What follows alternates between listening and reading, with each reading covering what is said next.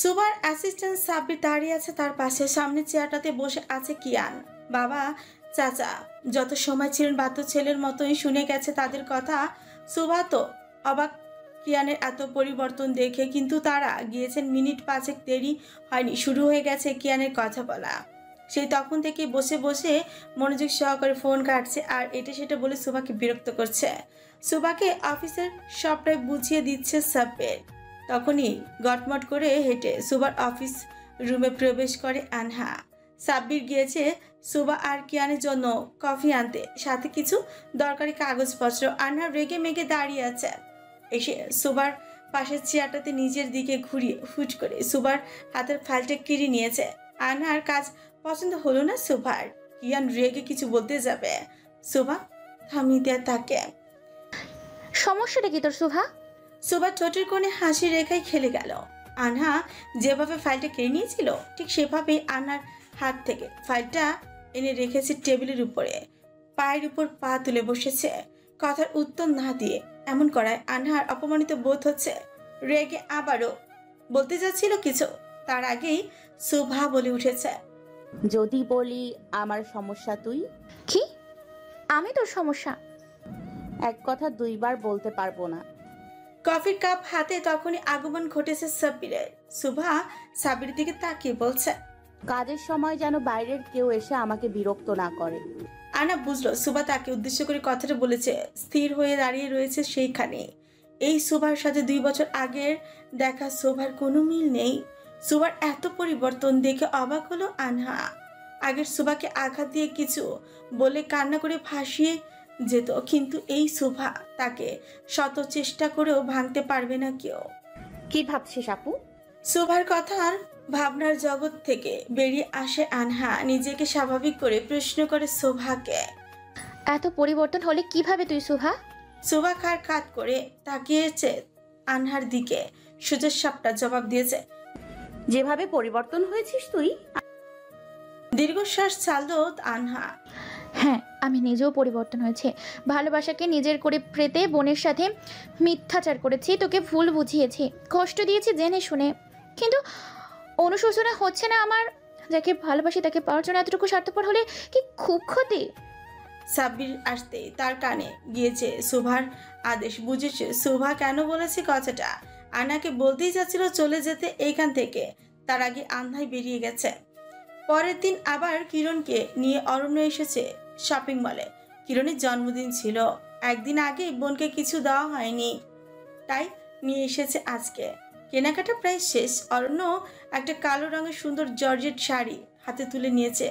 Imagine করছে সুভাকে এই শাড়িটা পরলে কেমন লাগবে। পরক্ষণে আবার ভাবছে, আমার লাভবার্ড তো সুন্দর, তাকে সব কিছুতেই মানায়। কিরণ তখনই থেকেই দেখেই যাচ্ছে এইসব।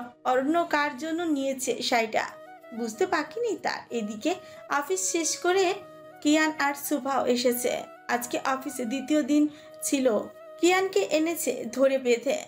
অন্য বিষয়ে খেয়াল থাকলো, কাজের প্রতি পুরোপুরি উদাসীন তার ভাই। সুভা এটা সেটা পছন্দ করে কিনছে, কিয়ানের জন্য অনেক কিছু নিয়েছে। কিয়ান শুধু দেখে যাচ্ছে বোনের কাজ। তার 2 হাতে কয়টা ব্যাগ ধরিয়ে দিয়ে পুরো শপিং মল ঘুরে বেড়াচ্ছে সুভা। এত সময় হলো এখনো তার কেনাকাটা শেষ হয়নি। কিয়ান সুযোগ বুঝে সাব্বিরকে ডেকে এনে নিজের হাতে শপিং ব্যাগ সব সাব্বিরের কাছে গুছিয়ে দিয়েছে। কাজ আছে বলে সুভাকে রেখে গেছে শপিং মলে। ফিরে আসা পর্যন্ত অপেক্ষা করতে বলেছে বোনকে। সুভা এমনিতেও অনেক সময় লাগবে, তাই আটকায়নি কিয়ানকে। অরণ্য ফোনে কথা বলতে বলতে এসেছিল অন্যদিকে। তখনই দেখতে পায় সুভাকে। সুভার পা থেকে মাথা পর্যন্ত ভালো করে পর্যবেক্ষণ করলো অরণ্য। সবই ঠিক আছে, কিন্তু সুভার ড্রেস আপ ভালো লাগলো না অরণ্যর। মেয়ে মানুষ মেয়েদের মতো থাকবে, অরণ্য লাভ বাটকে এসবে মানায় না। সুভা গিয়েছে চেঞ্জিং রুমে, দরজা না আটকিয়ে আয়নার সামনে দাঁড়িয়ে দেখছে জামাটা তাকে মানাবে কিনা। ঠিক ঠিক সেই সময় চেঞ্জিং রুমে ঢুকেছে অরণ্য। দরজাটা আটকে হেলান দিয়ে চুপচাপ দাঁড়িয়ে আছে, কথা না বলে। পেছনে থাকা অরণ্যকে আয়না দেখতে পেয়েছে। সুভা তড়িৎ গতিতে মাথা ঘুরিয়ে তাকিয়েছে তার দিকে। সুভা এক প্রকার চিৎকার দিয়ে বলে উঠেছে, আপনি এখানে কি করছেন? অরণ্য দ্রুত এগিয়ে এসে সুভার মুখ চেপে ধরেছে। আরে এত জোরে চিৎকার দিয়ে উঠেছ কেন? আমি এখানেই আসতে বললেও শুনতে পারবো। সুভা ফ্রিকুচকে তাকিয়েছে অরণ্যের দিকে। অরণ্য বুঝলো সুভা রেগে গেছে, তাই ছেড়ে দিয়েছে। লজ্জা নেই আপনার? না, আমার লজ্জা শরম সব বাজারে বিক্রি করে এসেছি, জানো না তুমি? এখান থেকে বেরিয়ে যাবেন না চিৎকার দিয়ে লোক ডেকে আনবো? লোক ডেকে লাভ নেই বেব, কেউ আমার কিছুই করতে পারবে না, বুঝলে তুমি? থাকুন তাহলে আপনি এখানে, যাচ্ছি আমি। সুভা যেতে চাইল, অরণ্য তার হাত ধরে নেয়। বিরক্ত হয় সুভা, কিছু বলতে চাইল, অরণ্য সুযোগ না দিয়ে একটানে মিশিয়ে নেয় সুভাকে তার বুকের সাথে। এত জোরে অরণ্য শক্ত বুকের সাথে ধাক্কা খেয়ে নাকটা চ্যাপা হয়ে যাওয়ার অবস্থা তার। অরণ্যর দিকে বিরক্তি নিয়ে তাকে বলছে সুভা, সেটা কি এসব? প্রেম ভালোবাসা হচ্ছে, তুমি চাইলে আদর দিতেও রাজি, দিব তোমার ঠোঁটের সাথে আমার ঠোঁট ছুঁয়ে। সুভার ইচ্ছে করছে অরণ্যকে ধাক্কা দিয়ে ফেলে দিতে, চেষ্টা করলেও ব্যর্থ হচ্ছে বারবার। অরণ্য শক্তির কাছে সে তো কিছুই না। অরণ্য হাসছে ঠোঁট কামড়ে, এগিয়ে যাচ্ছে সুভার দিকে। অরণ্যর থেকে নিজেকে ছাড়ানোর চেষ্টা করলো না সুভা। লক্ষ্য করলো সে নিজের সাথে অরণ্যর ঠোঁটে 2 ইঞ্চি দূরত্ব আছে মাত্র। অরণ্যকে কিভাবে আটকাবে সুভা? কোনোভাবেই যে নিজের থেকে দূরে সরাতে পারছে না অরণ্যকে। অরণ্য আরো কিছুটা এগিয়ে আসছে, সুভা চোখ বন্ধ করে নিয়েছে সাথে সাথে। অরণ্য হাসল। সুভার অবস্থা দেখে কানের কাছে গিয়ে ফিসফিসিয়ে বলল, ভয় নেই লাভবার, তোমাকে নিজের বউ বানানোর আগে ঠোঁটের স্পর্শ দিচ্ছি না আমি। অরণ্যর কথা কানে যেতে চোখ মেলে তাকিয়েছে সুভা। অরণ্যর দিকে তাকাতে দৃশ্যমান হয় তার হাসি মাখা ফর্সা মুখটা। এই পাগল করা হাসির অধিকারী ছেলেটাকে ভালোবাসত সে। সুভার ধ্যান ভেঙে আবারও কানে আসে অরণ্যর কথা। দেয়ালে পিঠ ঠেকিয়ে 2 হাত বুকে ভাঁজ করে বলছে অরণ্য, তোমার জন্যই আমার বাচ্চারা পৃথিবীতে আসতে এত সময় নিচ্ছে। সুভা হা করে তাকিয়ে আছে। অরণ্য কি বললো কিছু বোধগম্য হলো না। বিয়ে শাদীর নাম নেই, বাচ্চার চিন্তা, এসব একমাত্র অরণ্য কি মানায়। মানে কি এসবের? তুমি রাজি হলে আজকেই কাজী থেকে বিয়ে করে নিতাম, তারপর আর কি পরিশ্রম করলে ফল পেতাম, কিন্তু তুমি তো রাজি হবে না। অরণ্য চলেই যাচ্ছিল, কথাটা বলে দরজাটা খুলে বেরিয়ে যেতেও সুভাও বেরোতেই যা তখনই আবারও সামনে এসে দাঁড়ায় অরণ্য। সুভার কাছে এসে হাত দিয়ে তার গালের পাশে পড়ে থাকা চুলগুলো সরিয়ে দিয়ে বলে, চিন্তা নেই লাভবার্ড, আমি পরে বাচ্চাদের গালে পাপ্পি দিয়ে বলে দিব তোমার মায়ের সুবুদ্ধি একটু দেরিতেই হয়েছে, তাই তো তোমাদের পৃথিবীতে আসতে এত সময় লাগলো। সুভা তা কিরমির করে হাতের ব্যাগটা তুলে মারতেই চাচ্ছিল অরণ্যকে। অঘটন ঘটবে বুঝতে পেরে এই দ্রুত সরে গিয়েছে অরণ্য। অরণ্যকে খুঁজতে খুঁজতে তার ড্রাইভার আকাশ এসেছিল, সেদিকে অরণ্য সরে যাওয়াতে আকাশ বেচারা কাঁধে গিয়ে লেগেছে ব্যাগটা। নিজের কাজে সফল হওয়া শোভা প্রথমে খুশি হয়েছিল, পরে যখন দেখলো আঘাতপ্রাপ্ত ব্যক্তি অন্য কেউ, লজ্জায় নিজের জিভে কেটে ধরেছে শোভা। কাকে মারতে গিয়ে কাকে মেরে দিয়েছে বুঝতেই পারেনি তখন। আকাশ কাঁধে হাত ঘষে একবার তাকাচ্ছে শোভার দিকে, তো আরেকবার তাকাচ্ছে অরণ্যর দিকে। আকাশের এমন জ্যাপ ট্যাপ করা চাহনি দেখে হাসি পেল অরণ্যর। কাছে এসে কাঁধে হাত ছুঁয়ে বলছে, আহারে বাচ্চাটা লেগেছে। আকাশ ব্যথা পেয়েছে ঠিকই, কিন্তু অরণ্যের বলার ধরনে মনে হলো মজা করছে তার সাথে। এইটুকু বলেছে মাত্র। পুরো কথা শেষ করার আগে অরণ্য প্রশ্ন ছুড়ে দিয়েছে আকাশের দিকে, তুই কি বলতে চাইছিস আমার ভবিষ্যৎ বাচ্চাদের আম্মু তোকে মার্ডার করতে চেয়েছিল? আমি তো কিছু বলিনি স্যার। চুপ কর আহাম্মক, যখন তখন যেখানে সেখানে এসে আমার প্রেমের 12টা না বাজালে তোর হয় না? আকাশ কি বলবে ভেবে পাচ্ছে না, হাবাগোবার মতো দাঁড়িয়ে আছে বেচারা। সুভা তার কাছে ক্ষমা চাইলে বারবার বলছে এখানে সুভার কোনো ভুল নেই। আকাশের ব্যবহারে মুগ্ধ হলো শোভা। এরকম একটা খরগোশের সাথে এই ভালো মানুষ বেচারা চলাফেরা করে কিভাবে বুঝে পাচ্ছি না সে। বারবার ফোনে আছে সুভার, ফোনে তাকিয়ে দেখে কিয়ান তাকে খুঁজতে খুঁজতে না পেরে ফোনই দিয়েছে। অরণ্যর পাশ কেটে চলে গেছে শোভা সেখান থেকে। এইদিকে কিয়ান আর কিরণের মধ্যে তুমুল ঝগড়া হচ্ছে। কিয়ান শোভাকে খুঁজছিল, এদিকে কিরণ তার ভাইকে। অরণ্য যেদিকে গিয়েছে কিরণও সেই দিকে যাচ্ছিল। বেখেয়ালে ধাক্কা লেগেছে দুজনেরই। সেই যে একজন আরেকজনকে দোষারোপ করা শুরু করেছে এখনো চলছে। চোখ কি বাসার আলমারিতে রেখে এসেছো? নিজে ধাক্কা দিয়ে আবার আমাকে অপমান করছো? আসছে আমার সম্মানওয়ালা ব্যক্তি, মান সম্মান থাকলেই না আপনাকে অপমান করব আমি। কিরণের কথাটা পছন্দ হলো না কিয়ানের, চেঁচিয়ে বলে উঠছে। কারণ তুমি আজকাল বেশি পাকনামো করছো। কিরণ মুখ ভেঙচি কেটে কোমরে 2 হাত চেপে বলছে, হুলো বিড়াল কোথাকার, আপনার চেঁচামেচিতে কিরণ ভয় পায় না। তুমি আবার আমাকে অপমান করলে। হ্যাঁ করলাম, কি করবেন এখন আপনি? বিয়ে করে আমার বাড়িতে নিয়ে যাবে? ঝগড়ার মাঝখানে কিয়ানের মুখ থেকে এমন উদ্ভট কথা শুনে কি বলবে বুঝতে না পেরে হাঁ করে তাকিয়ে আছে কিরণ। নিজের কানকে বিশ্বাস করতে পারছে না। কিয়ান বলছে এই কথা তাকে, যার সাথে দেখা হলে কারণে অকারণে ঝগড়া হয়, সে কিরণকে বিয়ে করবে বলছে। কিরণের বোকা বোকা চাহনি দেখে হাসলো কিয়ান। হাতটা ধরে একটা শপিং ব্যাগ ধরিয়ে দিয়ে বলছে তাকে, শুভ জন্মদিন রাগিনী।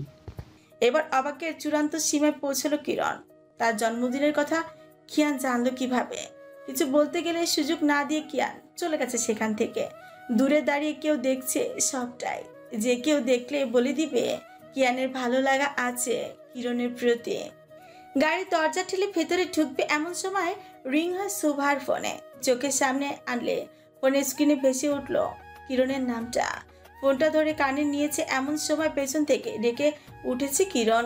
এই মেয়ের কাজ মাঝে মধ্যে হাসি পায় শোভার। এই যে এখন এত কাছাকাছি আছে, ডাকলেই শুনতে পাবে, তবু ফোন দিয়েছে অকারণে। কিরণ এসে শোভার সামনে দাঁড়িয়েছে, তার হাত ধরে নিজের জায়গায় শোভাকে নিয়ে শোভার জায়গায় এসে দাঁড়িয়েছে সে। শোভা অপেক্ষা করছে কিরণের কথা শোনার জন্য। কিসের জন্য ডেকে দাঁড় করালি বলবি কি? আমার গিফট কোথায়? কিসের গিফট? কোনো স্পেশাল ডে আছে নাকি? কিরণ গাল ফুলিয়ে মুখটাকে অন্যদিকে ঘুরিয়ে নিয়েছে। একমাত্র ফ্রেন্ড হয়ে তার জন্মদিনের কথা ভুলে গেল কিভাবে শোভা? কিরণের রাগ দেখে মনে মনে শোভা হাসলো। হাতে থাকা ব্যাগ থেকে একটা সুন্দর বক্স বের করে নিয়েছে। বক্সের ভেতর আছে একটা ডায়মন্ড পেন্ডেন্ট। এটা আসার সময় কিরণের জন্য নিয়ে এসেছিল শোভা। সেদিন এমনভাবে দেখা হলো, দিতে পারেনি, তাই ভেবেছিল আজকে দিবে। এখনো যে কিরণের সাথেই দেখা হয়ে যাবে ভাবিনি এটা। এই নাও রাগিনী, আপু তোমার গিফট। কথাটা শোনা মাত্র তাকিয়েছে কিরণ। এত সুন্দর আকর্ষণীয় বক্স, ভেতরে না জানি কি আছে। এভাবে চট করে হাতে নিয়েছে। শোভাকে জড়িয়ে ধরে গালে চুমু দিয়ে বলেছে, নাটক করলি কেন তাহলে? রাগিনীকে রাগাতে। কিরণ ড্রাইভিং সিটে বসে থাকা কিয়ানের দিকে তাকিয়ে আবার শোভার দিকে তাকিয়েছে। তুই ওই ভাঙা রেডিওর মতো আমাকে রাগিনী বলে ডাকছিস? ভালো হবে না কিন্তু শুভা, সময় থাকতে ভালো হয়ে যা, গেলাম আমি। কিরণ কথা বলতে বলতে তার হাতে থাকা শাড়ির প্যাকেটটা গাড়ির জানালা দিয়ে ভেতরে রেখে দিয়েছে। এটা দিয়েছিল অরণ্য, বলেছে যেভাবেই হোক শোভাকে দিতে, তাহলে যা চাইবে তাই দিবে। এত বড় সুযোগ মিস করে কিভাবে কিরণ এই সুযোগে ভাইয়ের পকেট খালি করবে এই চিন্তা করেছে। কিরণের যাওয়ার দিকে তাকিয়ে হাসছে শোভা। এই মেয়ে বড় হয়েছে কিন্তু আগের বাচ্চামার স্বভাবটা রয়ে গেছে এখনো। গাড়ি থেকে নামবে তখনই শপিং ব্যাগটা চোখে পড়ে শোভার। ভাবছিল একটা বাড়তি শপিং ব্যাগ আসলো কোথা থেকে, পরে মনে হলো এটা নিজেরই। এত কিছু নিয়ে এসেছে তাই গুলে ফেলেছে হয়তো। কিয়ান একের পর এক কথা বলেই যাচ্ছে। শোভার কানের অবস্থা খারাপ করছে কিয়ানকে। পাবনা থেকে পালিয়ে আসা রোগী ছাড়া আর কিছুই মনে হচ্ছে না কিয়ানকে। এত দামি পেন্ডেন্ট না দিয়ে আমাকে গিফট দিয়ে দিতে আমারও একটু সুবিধা হতো। হ্যাঁ, তারপর ঝগড়া করে মরতে দুজন। শোভা, তোর ভাই ভালো হয়ে গেছে, ওই বোকাটাই বোঝে না। স্যাচরা ছেলেদের মতো মেয়েদের পিছে ঘুরঘুর করতে পারবো না আমি। তোর টিউব লাইট ফ্রেন্ড না বুঝলে তুলে নিয়ে এসে বিয়ে করব। সময় আসলে দেখা যাবে কি করতে পারো। সময় চলে এসেছে, বেশি দেরি নেই। শোভা হাসল ভাইয়ের কথা শুনে। কথা বলতে বলতে বাড়ির সদর দরজার কাছে এসে পৌঁছল দুজনে। বাড়িতে লোকজন প্রচুর মেহমান এসেছে, হয়তো সবাই হই হুল্লোড় করছে। শোভা আর কিয়ান ভেতরে আসছে, দেখতে পেল সবাইকে চা হাতে। বাড়ির সবাই ড্রয়িং রুমে বসে আড্ডা দিচ্ছে। এই সময়টাতে আগেও এরকম হতো সবাই। শোভা মিস করছে এতদিন এগুলো, তবে আজকে নতুন করে কার উপস্থিতি বাড়িতে। শোভার একমাত্র ফুপ্পু আর ওনার একমাত্র ছেলে রিফাত এসেছে আজকে তাদের বাড়িতে। কিয়ান গিয়ে সবার সাথে গল্প জুড়ে দিয়েছে। শোভা মুখে হাসি টেনে সিঁড়ি বেয়ে নিজের রুমে যেতে চাইলো, তখনই কানে আসে পুপির ডাক। না পেরে দাঁড়িয়েছে তখন। কথা না বললে কেমন দেখায়, তাই গিয়ে কথা বলেছে। যত সময় সুভা কথা বলছে রিফাতের নজর ছিল তার দিকে, আর চোখে বারবার দেখছিল তাকে। রিফাত শোভাকে সে ছোট্টবেলা থেকে পছন্দ করে, জানে এটা শোভা, কিন্তু রিফাতকে সবসময় কিয়ানের মতো নিজের ভাইয়ের চোখে দেখে এসেছে সে। সবার কথাবার্তায় বুঝতে বাকি নেই আজকে এখানে তাদের আসার কারণটা। পুপি যে আজকে আবার ওনার ছেলের সাথে শোভার বিয়ের কথা তুলবেন জানে শোভা, তবে এসব তেমন পাত্তা দিল না। সবার সাথে কথা শেষ করে নিজের রুমে চলে গেছে। এইমাত্র শাওয়ার নিল শোভা। ড্রেসিং টেবিলের উপরেই হেয়ার ড্রায়ার রাখা, কিন্তু আলসেমি লাগছে ভেজা চুলগুলো শুকিয়ে নিতে। বিছানার উপর রাখা ফোনটায় রিং হচ্ছে। সাব্বির হয়তো কোনো কাজে ফোন দিচ্ছে শোভাকে, এইভাবে ফোনটা হাতে নিয়েছিল, কিন্তু সাব্বিরের বদলে অরণ্যর নাম্বার দেখতে পেল তখন। এই কয়দিনে এতবার ফোন দিয়েছে, নাম্বারটা প্রায় মুখস্থই হয়ে গিয়েছে তার। অরণ্য এত পরিবর্তন ভাবাচ্ছে শোভাকে, রাগী বদমেজাজি ছেলেটা 2 বছর এত পরিবর্তন হলো কিভাবে? তার উপর নিজের প্রাণ প্রিয় বেস্ট ফ্রেন্ড, যার সাথে কিনা কয়দিন পরে বিয়ে হওয়ার কথা, তাকে রেখে শোভাকে ইমপ্রেস করতে চাইছে কেন? অরণ্যকে নিয়ে শোভার মনে হাজার প্রশ্ন। বারবার অরণ্যের এমন পরিবর্তন দেখে গিরগিটির থেকে কম লাগছে না তাকে। নাম্বারটা সেভ করা নেই, সেভ করতে চাইছে শোভা, কিন্তু কি নাম দেবে? অরণ্যের জন্য এই গিরগিটি নামটাই বেস্ট হবে। শোভার মনে হলো এইটা দিয়ে সেভ করবে, দেরি কিসে? ফোন তো ধরবে না, কিন্তু এই নাম দিয়ে লোকটার নাম্বার সেভ করে রাখলে ক্ষতি হবে না। মেসেজ এসেছে অরণ্যর নাম্বার থেকে। শোভা ভালো করে দেখলো মেসেজটা। ভেজা চুলে বেশি সময় থাকতে নেই লাভবাট, চুল শুকিয়ে নাও।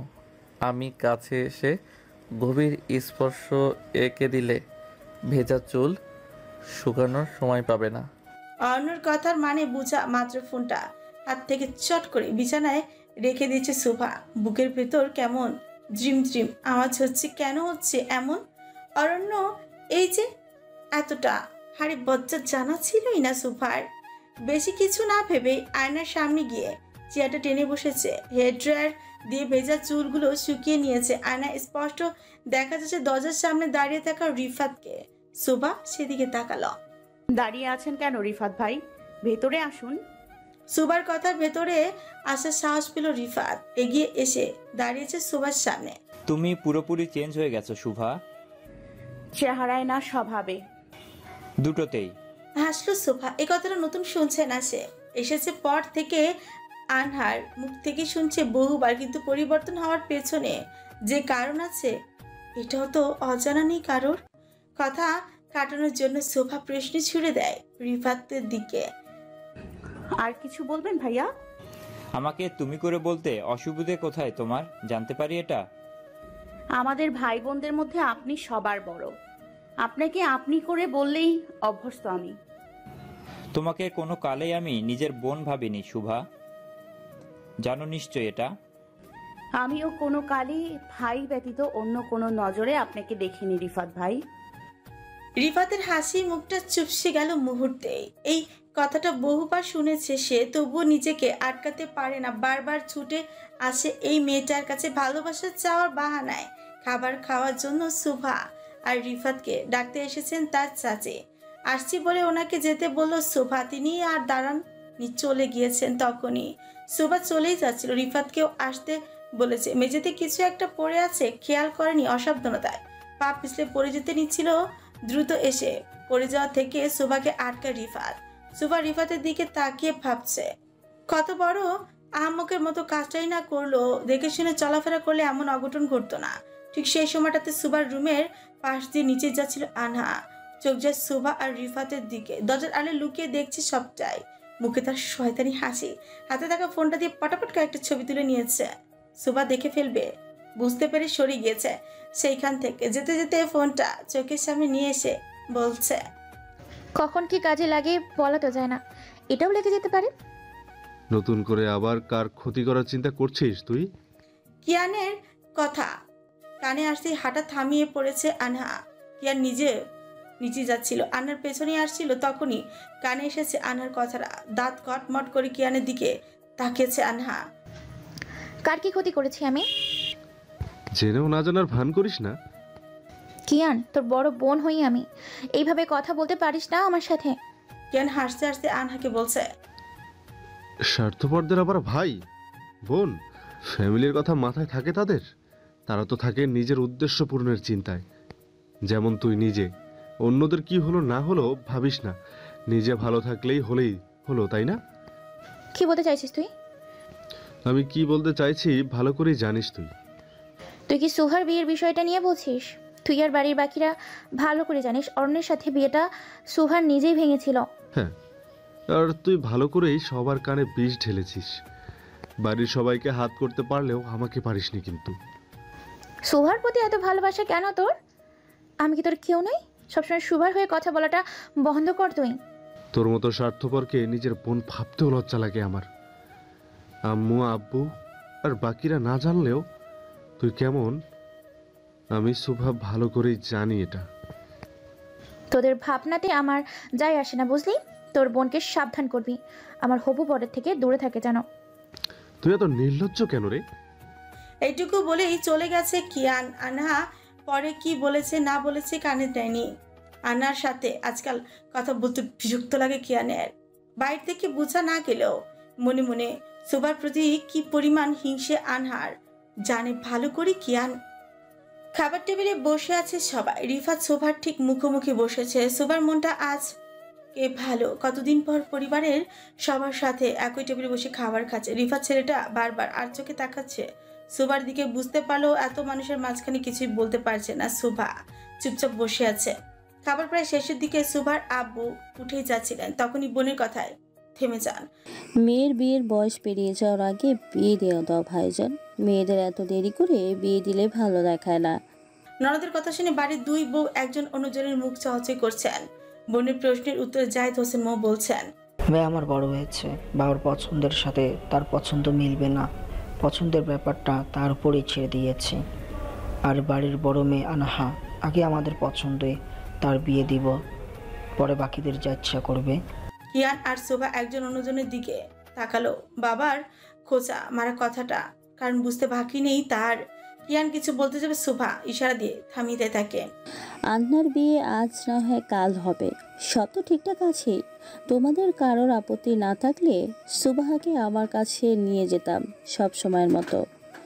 বাতুর লোকমা মুখে তুলেছিল। সুভা কপির কথাটা কানে আসতে কাশতে শুরু করেছে।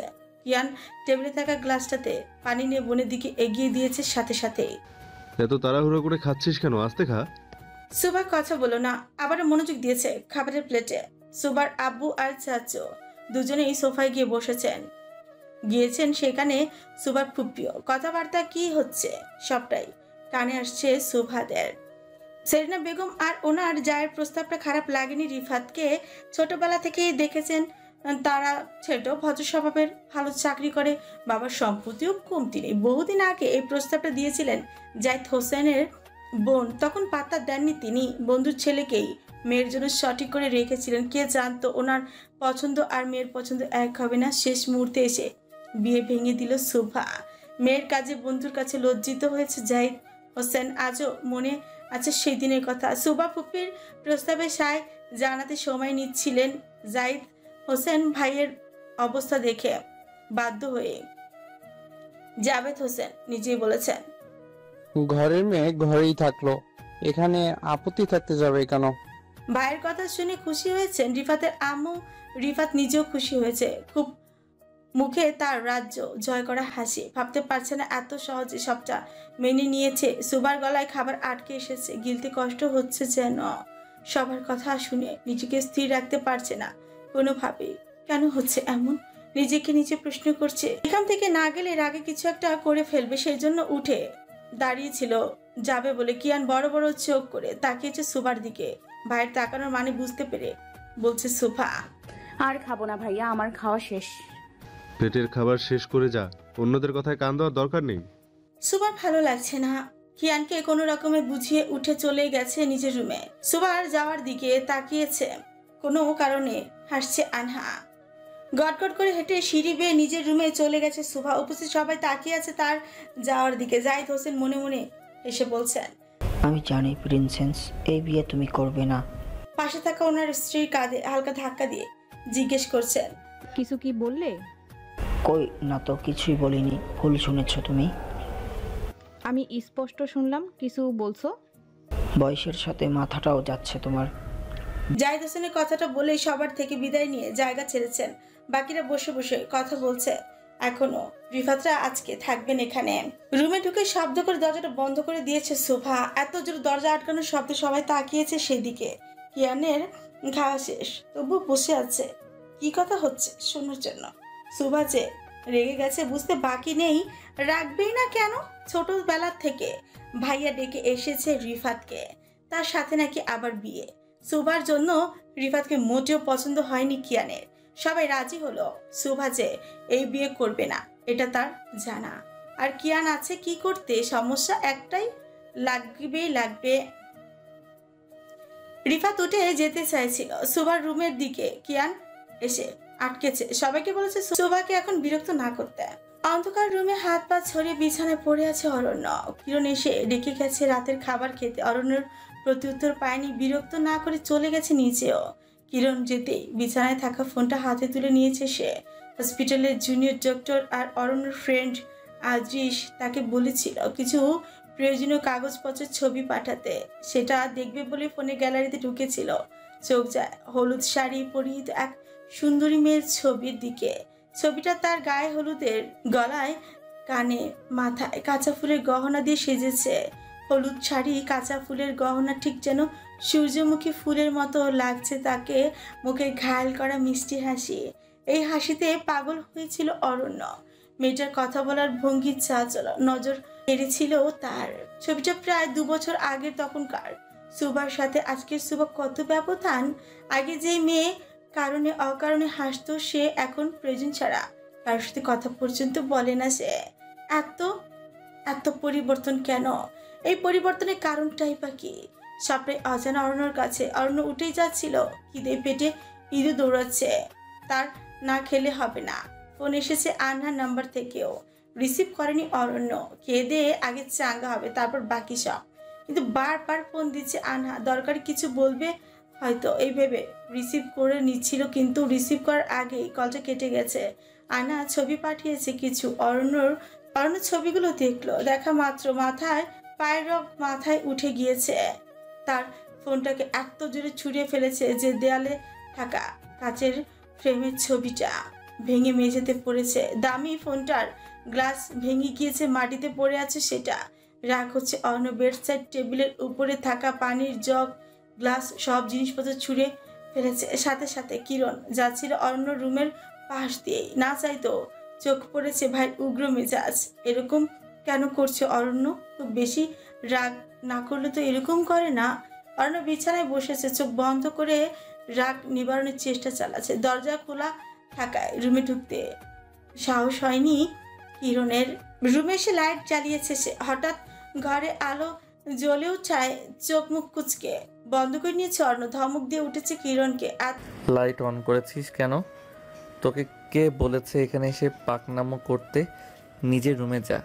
এত জোরে ধমক দেওয়া কেঁপে উঠেছে কিরণ। এগিয়ে এসেছিল অরণ্যর দিকে, ভয়ে কয়েক পা পিছিয়ে গিয়েছে। আবার তবে ভয় পেলে চলবে না। কাহিনী কি জেনেই ছাড়বে আজকে। কিরণ এসে দপ করে ভাইয়ের পাশে বসেছে, কপালে হাত ছুঁয়ে বলছে, জ্বর টর তো হয়নি, এমন করছো কেন? অর্ণব ফ্রিকুচকে বোনের দিকে তাকিয়ে বলছে, যাবি তুই? যাব না। কি করবে? কিরণ, জ্বালাস না আমাকে, যা এখান থেকে। কিরণ মুখ ভেঙচি কেটে উঠে দাঁড়িয়েছে, যেতে যেতে বলছে, অর্ণব ঠিক আছে যাচ্ছি। সুভার বিয়ের খবরটা জানাতে এসেছিলাম, তুমি শুনবে না যখন আর কি করার। উঠে এসে দ্রুত কিরণের সামনে দাঁড়িয়েছে, অস্থির জিজ্ঞেস করছে, কি? কার বিয়ে? কার সাথে বিয়ে? কি বললি এক্ষুনি আবার বল। বলবো না, ঘুম পেয়েছে আমার, যাচ্ছি। কিরণ হাই তুলে চলে যাচ্ছিল অর্ণের পাশ কাটিয়ে। রাগে নিজের মাথার চুল খামচে ধরেছে অর্ণ। কিরণের হাত ধরে নিজের সামনে এনে দাঁড় করিয়েছে, ধমকের স্বরে বলছে কিরণকে, কিরণ, রাগাবি না আমাকে, কি বললি স্পষ্ট করে বল। চোখের সামনে অরণ্যর এমন রাগের রূপ দেখে ভয় পেয়ে গেছে এবার কিরণ। মজা করেই বলেছিল সে, অরণ্য যে সিরিয়াস হয়ে যাবে জানা ছিল না এটা তার। কিরণ ভয় উত্তর দিয়েছে, বলছি। অরণ্য তার লাল লাল চোখে নিয়ে রাগী দৃষ্টিতে তাকিয়ে আছে কিরণের দিকে। কটমট কঞ্চে বলছে। কিরণ, পুরো কথা শেষ করার আগে কাদো কাদো মুখ করে কিরণের বেচারি বলতে শুরু করেছে। বলছি তো, আমাকে সময় দাও একটু।